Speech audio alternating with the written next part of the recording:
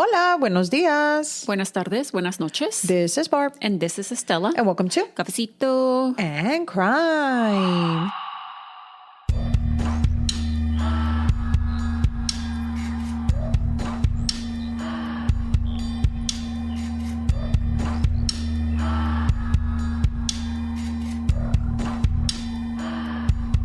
Hello, everybody.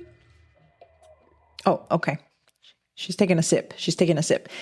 Welcome to Cafecito and Crime. We hope that you guys are all having a wonderful day. Thank you so much for listening. How are you doing today, ma'am? Well. Wow. No hables tanto, hermana. No, pues, ¿qué quieres que te diga, hermana? Lo mismo todos los días. Lo mismo todas las semanas. Todas las semanas. Sí, you know, so, I don't like to dwell on my problems. You know, there's no problems. We're having a good time out here. here. There's no problems. The world is not falling apart. Not at all. No. Not only that, but I caught a shiny Pokemon. And if you do know what a shiny Pokemon is, you know, if you know, you know, while we were getting coffee. So basically, life is good. Yeah, because you got the cuffs. I got the coffee. And the Pokemons. I got Mariah's shaken espresso. So the little local place that we go to, I'm pretty sure they have somewhere else, pero everywhere else. Pero this place that we go to, they have like, I guess como un menú que hizo the baristas. The baristas. Y I had gotten one on Saturday night. Cuando te mandé mensaje que I was at the coffee shop. Yeah, it was Saturday night, yeah. And they had one and it was really good. It was like half sugar, no sé qué chingados. And it was good. So then this one is Mariah's shaken espresso and it has caramelized peanut syrup, mocha sauce, peanut butter, cold foam. Not foam. Wow. Cold foam. That was pretty good. It was really good. You gave me a sip. It was good. And then Estella's having her regular decaf. No me lo dieron decaf. Ah, sí, cierto, güey. I'm going to stay up con los ojos pelando. Blink, blink, blink, blink, blink, blink. And then while we were there, I also got my shiny Pokemon. And also, this week has been really crazy, so I'm sorry that we're a little bit late. I've been having these, like, mad fucking headaches, and then on... Call it what they are. Migraines. But, I mean, maybe other days was migraine. The first day was definitely migraine, because no se me quitaba con nada. Like, it was horrible. And you were nauseous. And I was nauseous, and then I was sitting there con un ice pack. No, you know what was bothering me? And I don't know if anybody that is listening that has migraines can tell us. ¿Sabes qué? The smudges on my glasses me molestaban. Oh.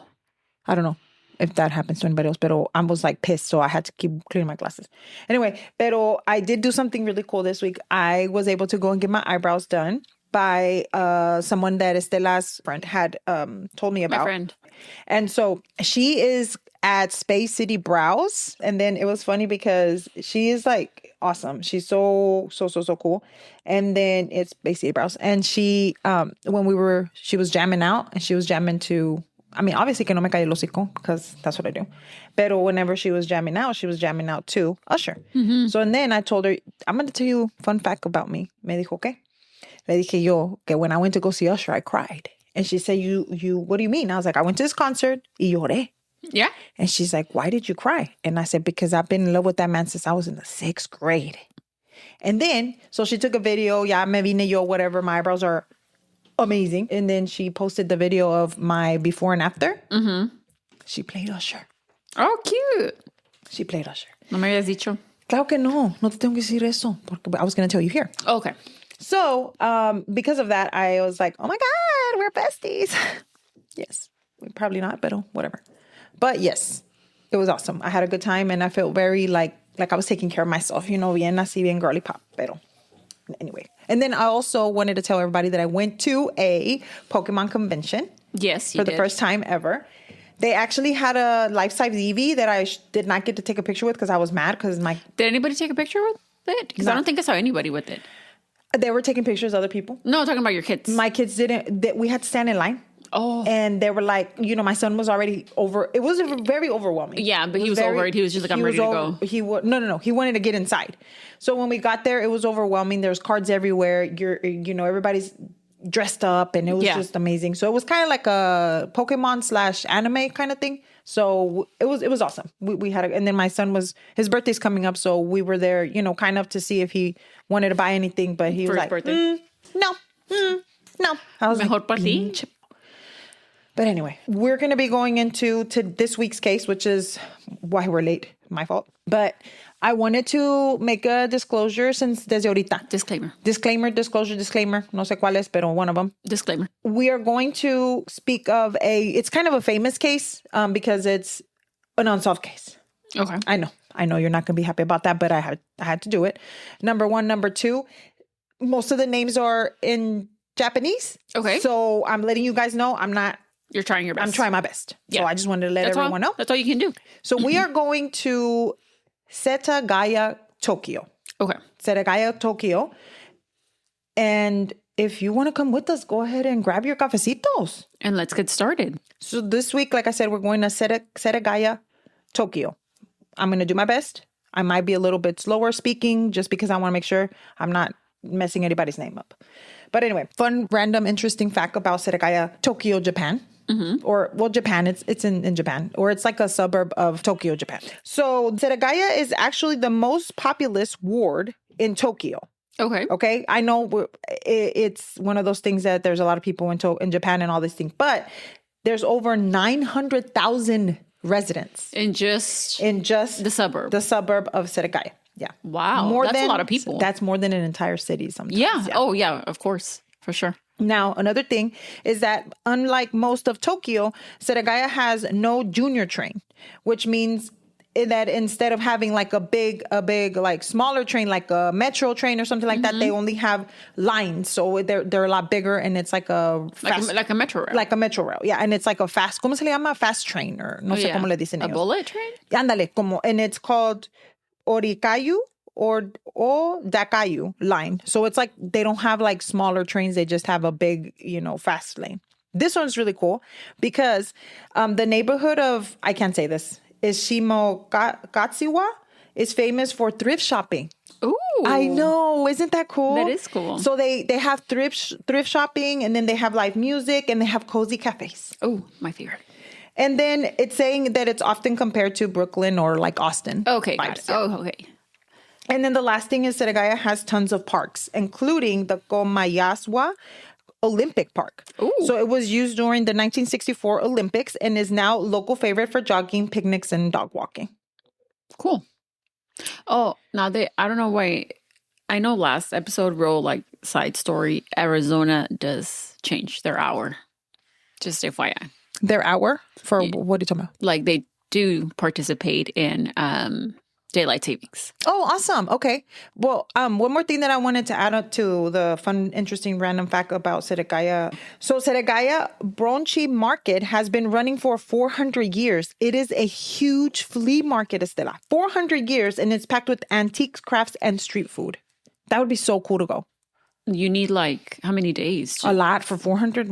That's a lot. That's like for... I want to look up that market. What's it called again? It's called Setagaya, Setagaya,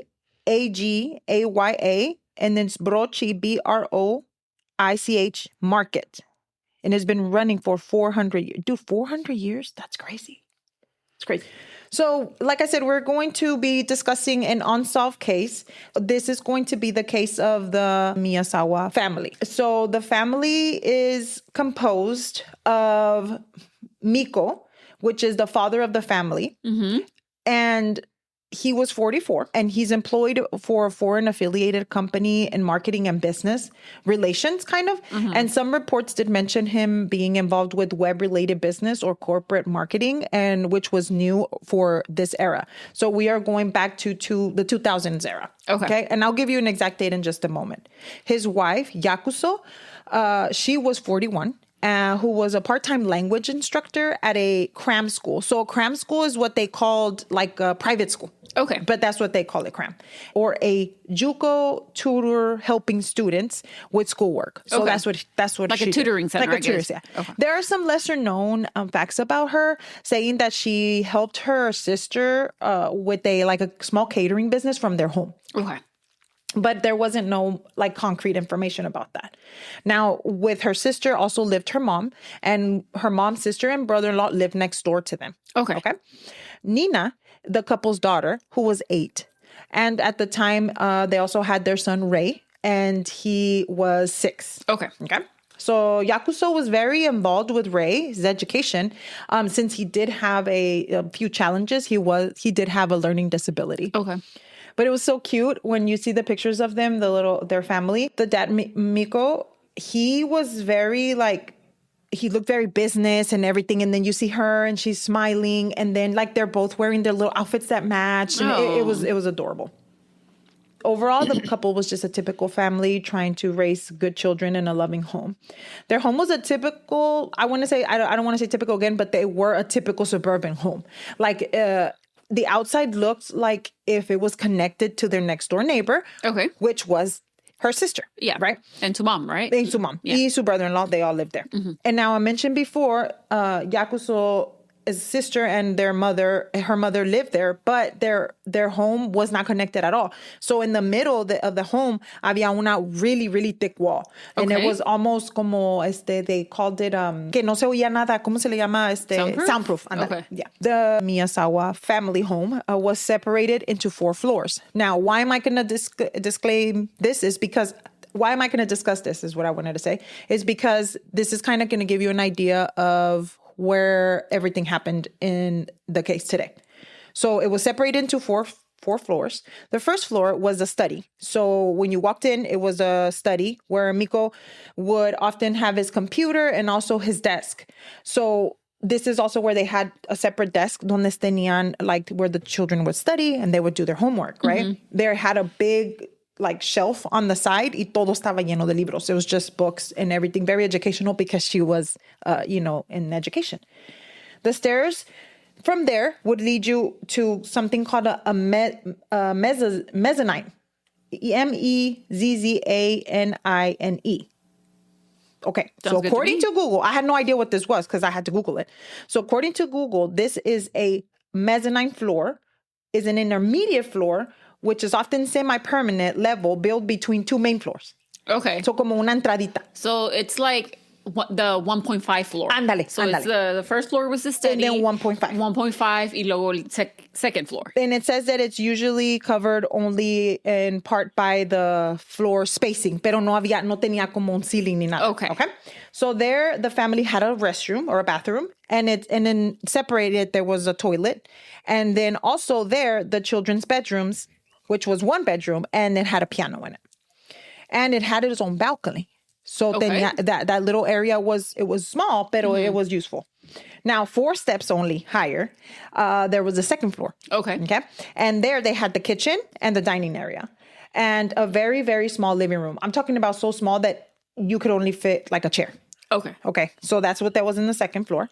And then the next floor was the attic. Now, in the attic, I believe the family used it as another bedroom. Okay. So this is where Niina would sleep, which was their 8-year-old daughter. Yes. So, but to get to the attic, you had to remember, those pull-down stairs? Yes. Así se subían a la attic, ella se subía, and they had her little bed up there y todo. Now, you would get to the attic through the mezzanine floor. That there was just a little back information for you to kind of know where I'm going to go into once I start getting into the case. Now, on December 30th, 2000, everything was normal. Nothing out of the ordinary. The streets were quiet because it was about to be New Year's. Yeah. And people were adorning their doors they would put like red or stuff like that to make sure that they wanted to bring in good luck for the new year. The next day, on December 31st, Yakuso's mother, her name is Haruko, called her daughter to check on them. And she received no answer. Okay. She decided to go over there anyway to knock on the door porque she was like, pues ya I've been calling y no me contesta. Yeah. So around 10:40 a.m. is when she went to go knock on the door. Nobody answered, so she took out her key. She had a spare key. Mm-hmm. And that's when she discovered the unthinkable. She opened the front door with the, like I said, spare key. And when she walked in is where everything was just destroyed. Just everything was in disarray. Cosas tiradas everywhere. Como si pasó un huracán o algo. Ándale. But from the front of the door all the way to the steps, there was bloody footsteps. Mm-hmm. So she's looking around and she's trying to figure out what happened. And the first thing she saw was her son-in-law. So he was at the stairs and he was clothed in regular clothing and he was half wearing his slipper. One of his slippers se le había caído in one he was wearing. Okay. So it kind of looked like he was in the middle of either running or he fell, something like that. So she got herself together to go and look for the rest of the family. And that's when she did discover her daughter and her 2 grandchildren were also dead in the home. Now, she ran out of the home in asustada, and she went back screaming to her daughter, and her son-in-law. And he's the one that called the police. Okay. At around 11:06 in the morning, Tokyo police did arrive at the horrific scene. Now, we know that the family was killed. That's something that we know. But I'm going to try to give you kind of a timeline of what they think that has happened or what they believe happened. So the timeline of their death was that they were around 11:30 to 12:05 midnight of the 30th. Right. The reason that they know that is because, number one, the dad, he had logged into his email. Okay. So that's how they know that he was still alive at that time. And also their stomach contents. Yeah, contents said that it was around that time. After investigating, they believe that whoever had done this, the period of time was within half an hour, they could say. So someone at the neighbor's home did hear a thump, but they thought that it was probably just something, or they had dropped something. But that's why they also think that it's around the time that the family was murdered. So around 12 o'clock, por ahí, por the same time. Along with that, the police did determine that the family was killed on December 30th, which means that this killer must have stuck around in the home. So we're thinking the 30th and like barely being the 31st, right? Exactly. Como like right between the 30th en la noche para entrar el 31 en la madrugada. En la madrugada. Now, the thing with this is that they're trying to figure out why they were killed, because nothing leads to tell anybody if they had a problem, if they owed anybody money. I mean, nothing. There's nothing. They were investigating the perimeter of the home, and they found out that in the second floor, which was remember that's where the children's room was at, the screen was taken out. Remember I told you there was like a small balcony? Yes. So there was, allí en la screen había un little AC, o como una control. A window unit. Window unit, ajá. So the window unit had a screen, and it was popped out. Y también there was a broken tree branch that was on the floor, and then there was steps in the mud. Okay. And so that's where they think that maybe that's where the killer entered. Now, the reason that they're saying that is because whenever Haruko went to the front door, she used her spare key. That means that it was locked. It was locked, right. So that means that they either went out that way or they came in that way, and then they didn't use the front door at all. Another thing that was mentioned by the police was that there was also a big heavy-duty Miwa lock on the door.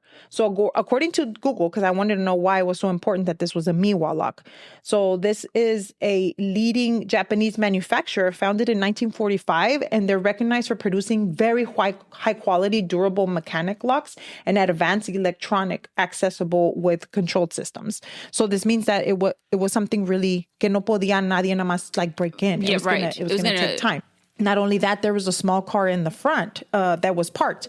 I mean, if they could have taken the car, or, if they were going to try to leave, they have no idea how this person got out. They don't know if how they fled. Or why they were there. Or anything. Exactly. Yeah. Another thing that is worth mention was que the door, like right when you walked in, estaba where the mailbox is, and the mailbox has a sensor. Okay. So they had that, and that was pretty advanced for 2000. Yeah. So the sensor light would turn on. But nobody noticed anything. Nobody heard anything so that's why they're like, okay, he must have gotten in through the back. Right. So with all of that being said, they also found some, like I said, prints in the floor, and they believed that he climbed the fence, tumbó la screen, and then after climbing the fence, he must have gotten into I'm talking about a little window, Yeah. Maybe I don't know, 2 feet wide, that's small, to maybe 3 or 4 feet wide. Yeah. I mean, tall. So this person had to have been really small. Right. Or thin. Yeah.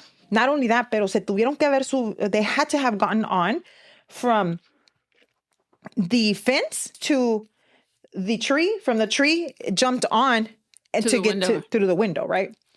Now, if this is the way he went in, then this is where he would have gone first to find Ray that was sleeping in the room. Mm-hmm. And like I said before, Ray was in the second floor. Right.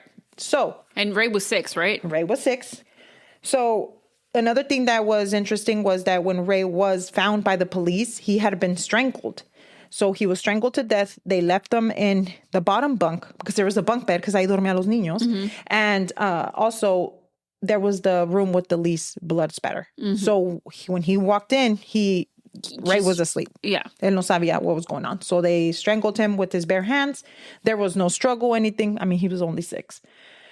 So then after that, it's speculated that Mikio was actually going up because he heard the commotion and that's where he found him on the stairs. And that's when he attacked him.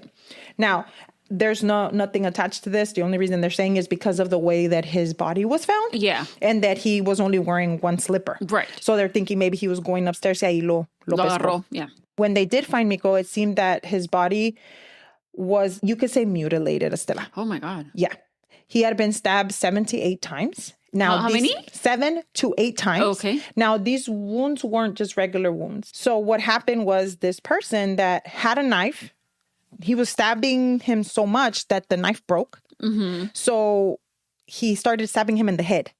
Oh, my God. And he left a piece of the knife in Mikio's head. So there was a lot of blood. There was blood everywhere. It was crazy. So police also found a sashimi knife that was used. So they think that he had brought the sashimi knife with him. And since he really didn't have to fight Ray, that's when he used it on Oh, I see. Yes. When the police reached the second floor at the base of the pull down ladder, unfortunately, crouched down was Niina, and laying next to her was her mother, Yasuko. Unfortunately, they were both dead. They had been stabbed multiple times. So much that Yasuko was almost irrecognizable. Oh, my God. Like he stabbed her in the face. Now, with this, Nina's teeth had been knocked loose. So this means que le había pegado él. Yeah. Like, or no sé si le pegó or with something, or he punched her. Pero there was some altercation there. Their bodies were covered, como que las quiso tapar con ropa, like with just random clothes. And they were there. The two had suffered the most brutal wounds in the whole family. The room around them was the bloodiest room because of all of the stabbing. And it was 2 of them. Now, here's the deal. When they were being attacked, what the police believed was that I guess the daughter, Niina, was not feeling well. So her mom estaba durmiendo con ella. So when they went inside the room, when they actually pulled down to the attic and they went in there, that's where they saw the blood, because he was going so hard that he scraped the headboard of the bed. Like he was stabbing them so hard. But then they also found a piece of another knife, which means that he probably, the same knife que se le quebró, he was like, oh, I just broke this. I need to go and get something else. So he left them. It seems like the mom tried Niina to bring her down de las stairs to escape. And they even found donde she had a first aid kit, and she tried to help her wounds. Porque I think that her mom, or that they thought que él ya se había ido. Yeah, that he didn't think that he was going to come. He was trying to come back, like he wanted to finish them off. Yeah. Pero unfortunately, no. He did come back, and he did bring a knife from the kitchen, and that's probably when he had more rage, and he finished them at the edge of the stairs. Now, we do know, or the police did find out, that this person cut himself. Right. Yeah, of course. Fairly bad. Yeah. Especially if you said that the knife broke. He was using so much force that it broke. So I'm sure and it was probably slipping from all the blood. Yeah, and there was blood, like I said, everywhere. Not only now, there was blood where he had stabbed Mikio at the stairs. Now there was blood from 2 additional people where he was going so hard that, and his blood was probably in their mix, blood, exactly. Right? Or this person's blood, whoever it is. Yes, I just can't imagine just sitting there and like looking at the bed frame, and the bed frame está marcada de todas las veces que he was stabbing them. Like that right there was just mind blowing to me. It seems to the investigators that he was there for a mission and he needed to complete it, basically is what they're saying. But a fact that they did also see was that the knife that finished the 2, the mom and the daughter, Yakuso and Niina, was the same one that was partially in Mikio's head. Yeah. Now, in the children's bedroom was where they found Ray, where he had been already strangled. And he was in the bottom bunk. So this is where it gets sickening. It wasn't already? It wasn't already. Oh. So it appears that the killer made himself at home. Okay. So around the house, the drawers were all open. So he started taking out everything. You're thinking, okay, he's looking for something, right? But no, he was taking out the drawers. He put water in the tub, and then he was putting everything in the drawers in the tub with water. I don't know. Things were scattered all over the house, Estela. Documents were just dumped out in drawers and just put in the tub with water. There was just no reason for him to do that. Yeah, right? yeah. Now, here's another... it gives me chills every time I think about it. So he took a shit. Oh. Yeah. I don't know if maybe he just thought it was necessary for him to do that, but he didn't flush the toilet. Yeah. I have no words. I'm sorry. As you should. And now I'm going to talk about how extensive everything was. I mean, we're talking about the Japanese police had a 95% rate of catching, Tokyo police, excuse me, had a 95% rate of solving crimes. Mm-hmm. So these people were like, they checked everything. Okay. Yes. So they did test the feces. Mm-hmm. And it seemed like there was traces of cucumbers and sesame seeds, which is something that is very common in Japanese homes. So they were like, okay, they knew common. That's common. It wasn't something that they were going to be able to single out and exactly. be like, oh, this person did it. And what I found out was that it's very, very hard to find DNA in feces, mm-hmm. unless they were bleeding mm-hmm. or if they had like some sort of problem in their mm-hmm. stomach. Something else that was a little bit out of the ordinary, well, very out of the ordinary, was when they did test this, was that they compared it against to what the family had ate, and they had not had any. It didn't match. No, it didn't. They didn't have any cucumbers or sesame seeds. So they went on the killer, because I don't even know what to call it. The killer, the monster, went on to tear up Yakuso's documents from the tutoring and then throw them again in the tub of water. They went through her purses. They threw everything in the tub. Con todo purse in the water, money. He todo. literally just fucked shit up in the house. He was just fucking shit up, yeah. While in the restroom, I don't know if it was before he took a shit or after, but he did treat his hand. Porque se cortó. Right. So there was blood? There was a lot of blood. In the sink, though, I guess. In the sink, and he dejó todo like he was, así como se limpió la mano. Como si iba a tener sirvientas and they were going to come and clean it up after him. He took it over to the, it's not funny, but it's ridiculous, because he took it over to the table, in the dining table, and he set all of the gasas y todas las Band-Aids out. Mm-hmm. And then he picked out which ones he needed, and then he puso in his hand. Y dejó todo ahí. Yes, everything was there. With his own. Y donde se quitaba la blood, así la dejaba. Like you're leaving your DNA for people to see that exactly. That's your DNA. Exactly. And this is also the same kit that the Yakuza was trying to use on Niina. So he left the bloody towels, the gauzes, like I said, mm-hmm. the band. He was just leaving, hasta como que le hizo así, y like there's like a Band-Aid, just Band-Aid así como sucia, así la dejó. Like, I don't know. Apparently the cut was pretty severe. Now, another thing is that the cops noticed, or the police noticed, was that he used sanitary napkins to stop the bleeding. Mm-hmm. Now, this is not common for an everyday person to think about doing. This is more like a military person to think about doing that. Gotcha. So okay. They were like this, or a civilian. They're more common to standard military training so that he would stop the bleeding. Mm-hmm. Or it's more absorbent, I guess, or more sanitary, mm-hmm. but a common person wouldn't think of that. Yeah. Now he moved into the kitchen where they found his gloves que traía puestos to do the murders, mm-hmm. and also both the knives that I mentioned before. I know that one of them he had with him, because I'll mention something later of why I did know that. Then Estela, while he was there, he ate the food in the fridge. Yeah, he opened the fridge. He started eating a melon. He ate 4 cups of ice cream. 4? 4. And he had ham and barley tea. The interesting thing about this is that no creas tú que él agarró las... I mean, I would think might as well just go ahead and get the spoons and shit and start cutting shit by yourself. Make yourself dinner, bitch. Make yourself dinner. Pero no. What he did was everything he was eating con las manos. Like with his hands. He didn't want to touch utensils. But I'm like, dude, don't mind the rest of the shit you left here. No, pero luego tenía la mano cortada. So he was like scooping out the melon with his nails, hands, like just leaving prints everywhere. leaving prints everywhere, blood, everything. And then like it was crazy because you can see in the in the pictures donde están como hace cuenta que le hacía así al ice cream, like a push pop. Yeah. And he would push it like that, and then he would, y se la comía así.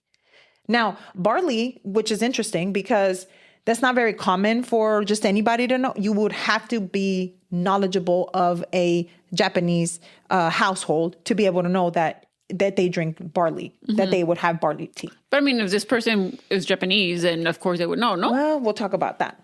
Now, once again, it was crazy because he was leaving them around everywhere. So dejó un ice cream ahí arriba en la kitchen. Como que si el compa estaba en su casa. Like, for real. But even then, why would you leave a mess in your own house like that? I don't know. Also, I forgot to mention that andaba dejando todos los cups everywhere, that he was like pressing like push pops that I was telling you, to wherever they took pictures of the entrance, estaba la computer. And ahí también tenía like vasos like the where he had ate ice cream.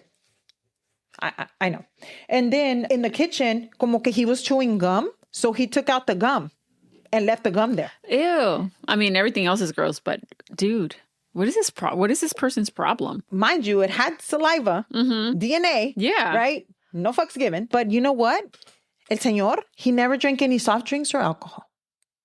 What? The alcohol wasn't touched or any soft drinks. No Cokes, no anything was touched. They were in the kitchen and they were in the fridge.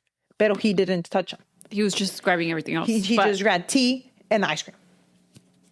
Now, based on the computer logon, around 1:18 a.m., he did sit down on the computer. What? And he logged on. The thing is, he didn't, once again, put his hands on the keyboard, pero on the mouse, nada más. Why? I don't know. And he looked up tickets to go see a theater show. What? But he did log off whenever he could not figure out the credit card information to pay for them. Once again, the fingerprints were found all over the mouse, but not the keyboard. He logged off at around 1:23 a.m. Now, here's, I don't even know. In Spanish, we say sinvergüenza. Eso es una pinche sinvergüenza. O sea, que no tiene madre, right? I don't know how to say it in English. But it also looked like he took a nap.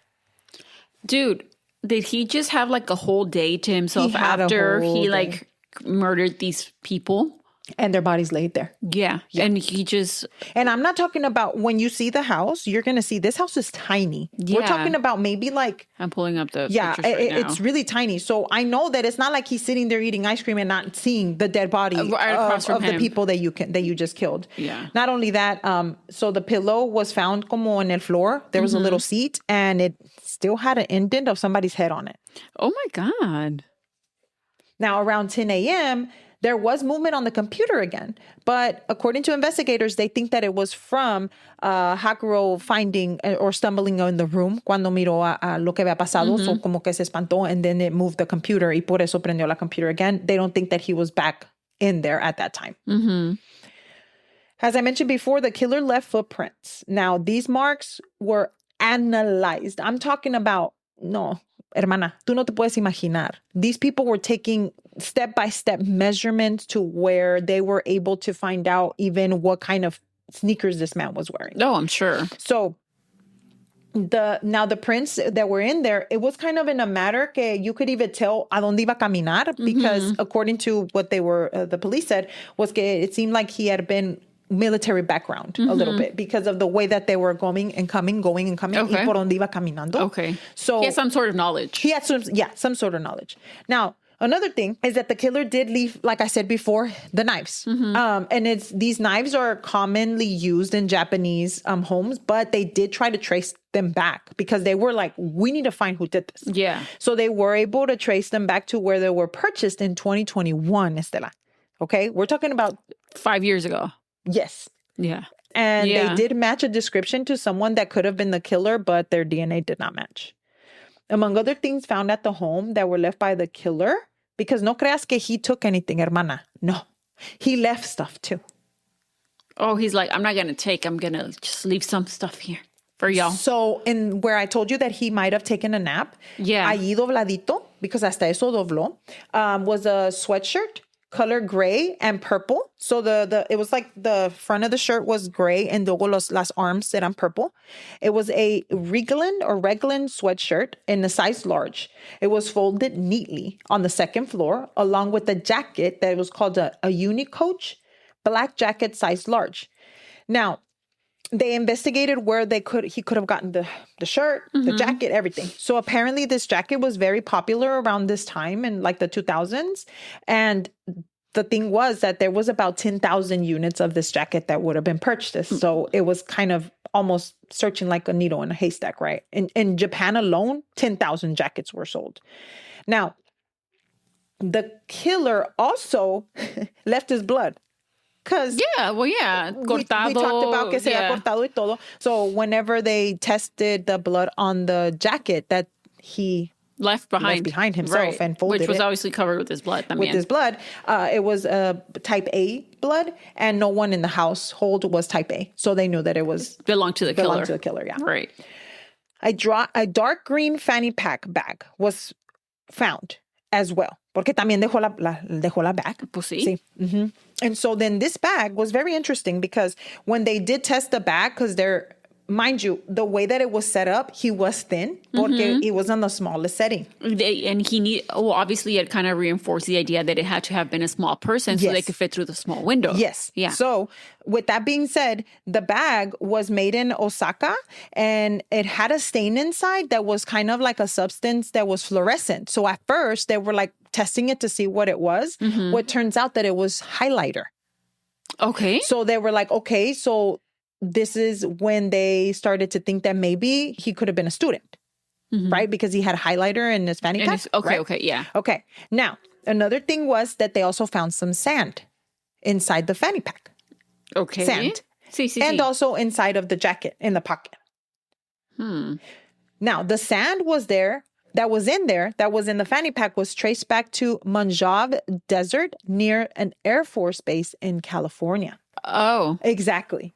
Oh. So they're like, okay, so he either traveled or he's from there. I don't know. But then there's also another type of sand that was found, and this one was in the jacket. This one was of the Mora Peninsula in Japan.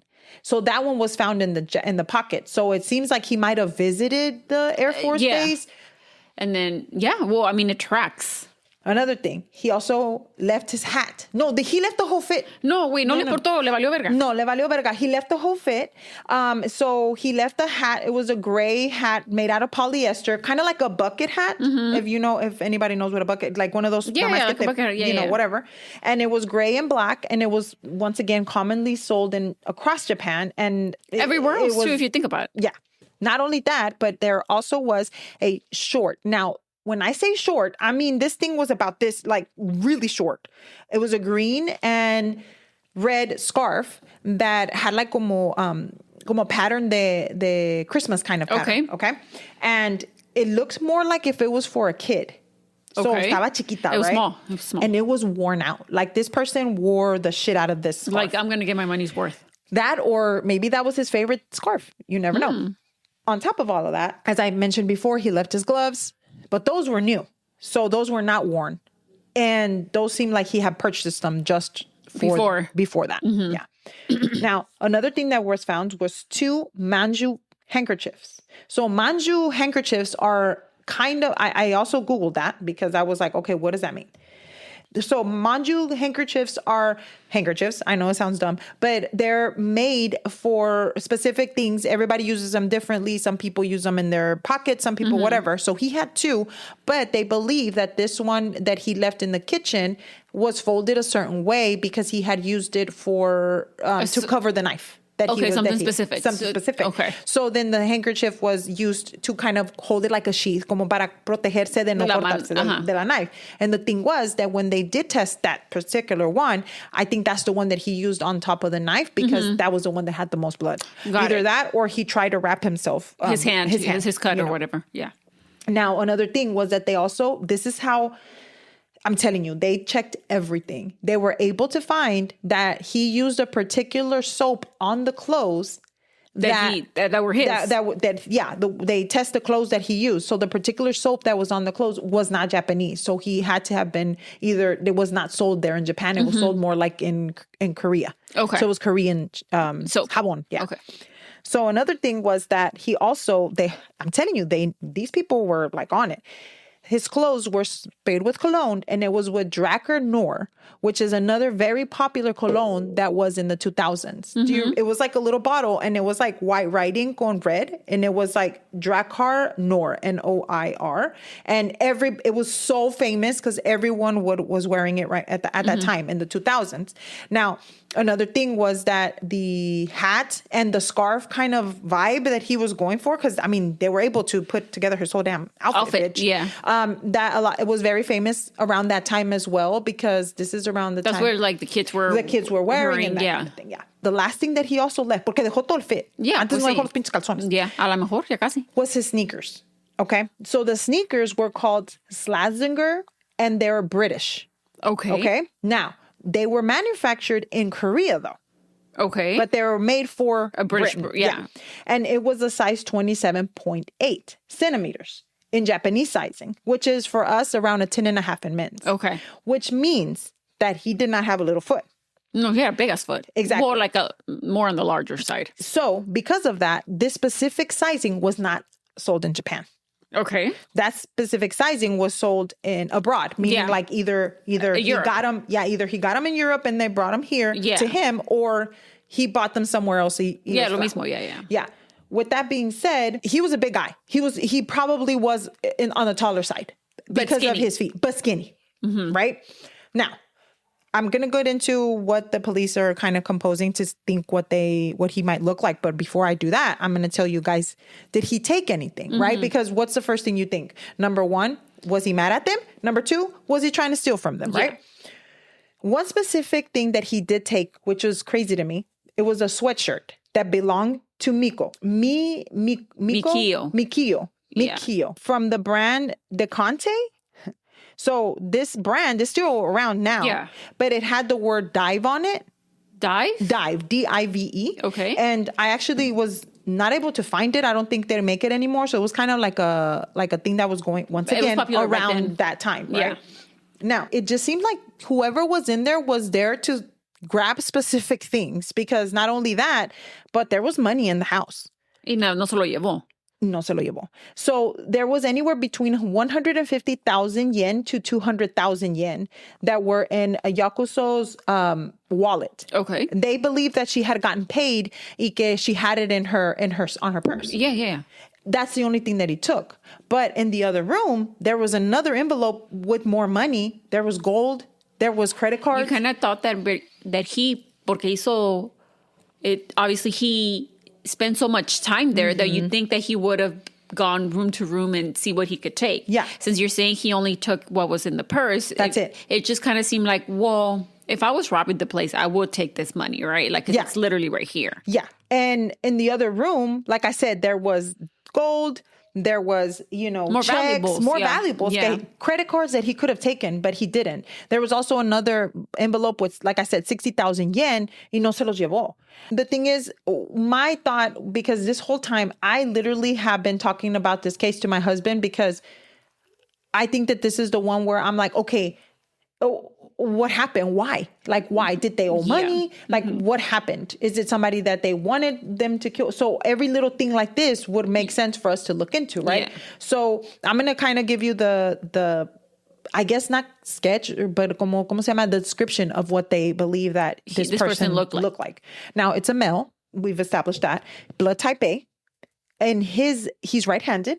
And his age is anywhere between 15 to 24 years old. Oh, my God. Now, why are we talking about that? Number one, he was wearing the fanny pack. He had highlighter. He was probably a student. Yeah. Right? Another thing, the outfit. Yes. The things that he was wearing were very young and kind of in a style where he could have been también.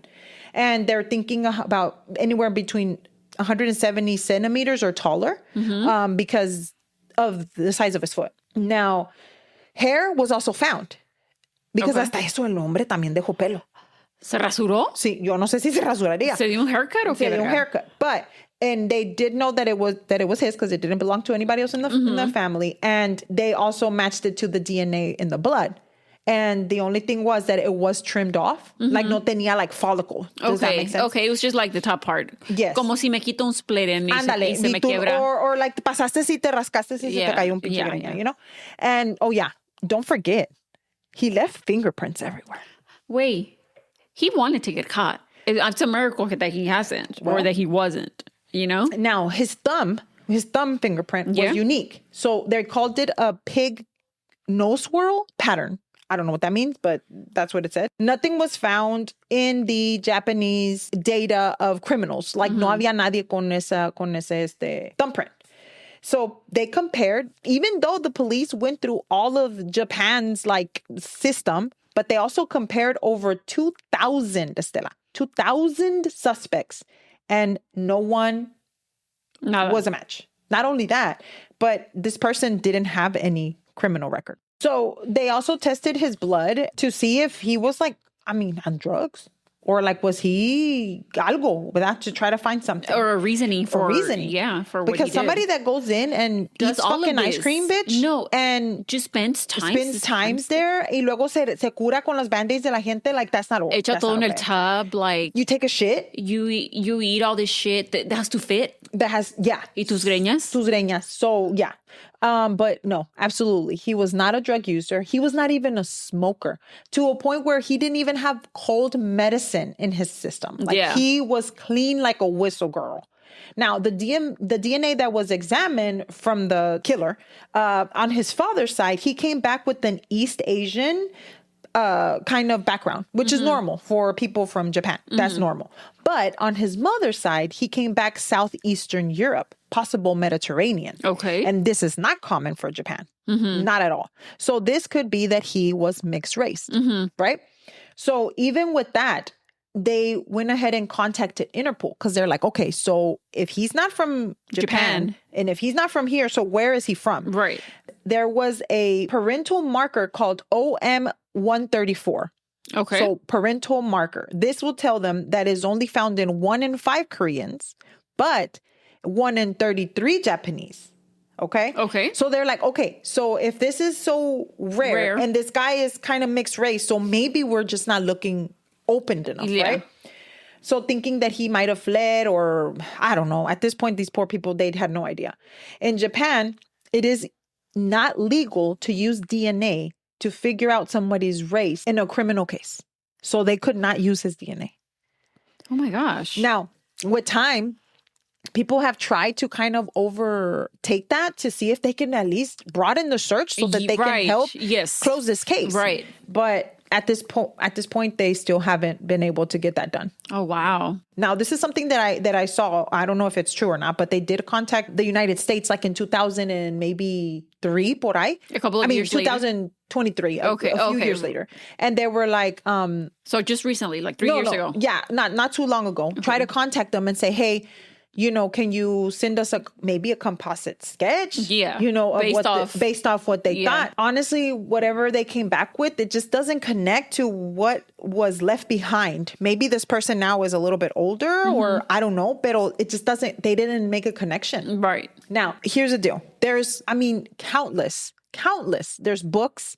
There's, people that have written like theories, everything. I mean, when you can imagine podcast episodes and everything of theories of what could happen. Now, one of the theories that kind of made sense to me was that they were actually going to construct. So how I mentioned that they were, they had like the houses were kind of together. So behind there was a park. So this park, they were trying to make it bigger, expand it. So they were buying out the houses de alrededor de allí. And from all of the houses, there was only 4 left and one of them was theirs.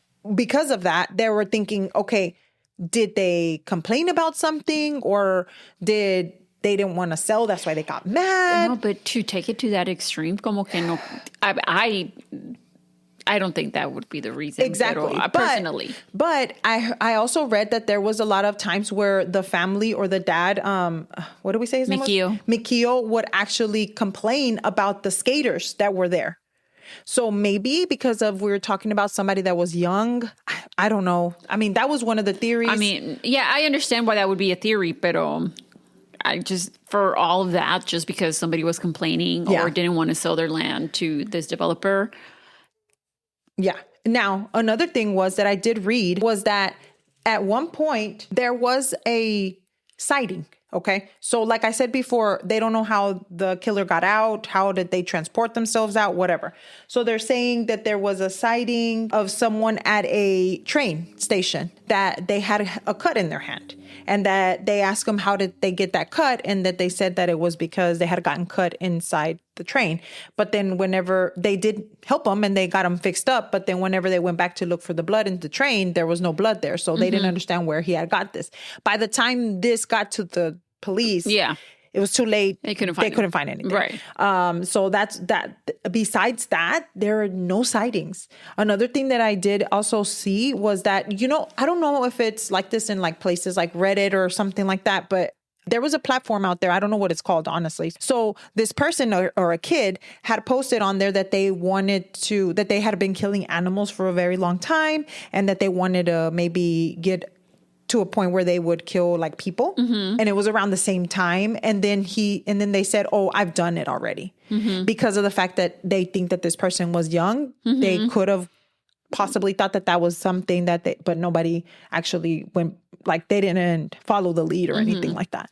So besides that, Estela, honestly, there's not really much out there to say. That's crazy. I remember this case now that you, when you started speaking about it, I do remember hearing about this case. Yeah.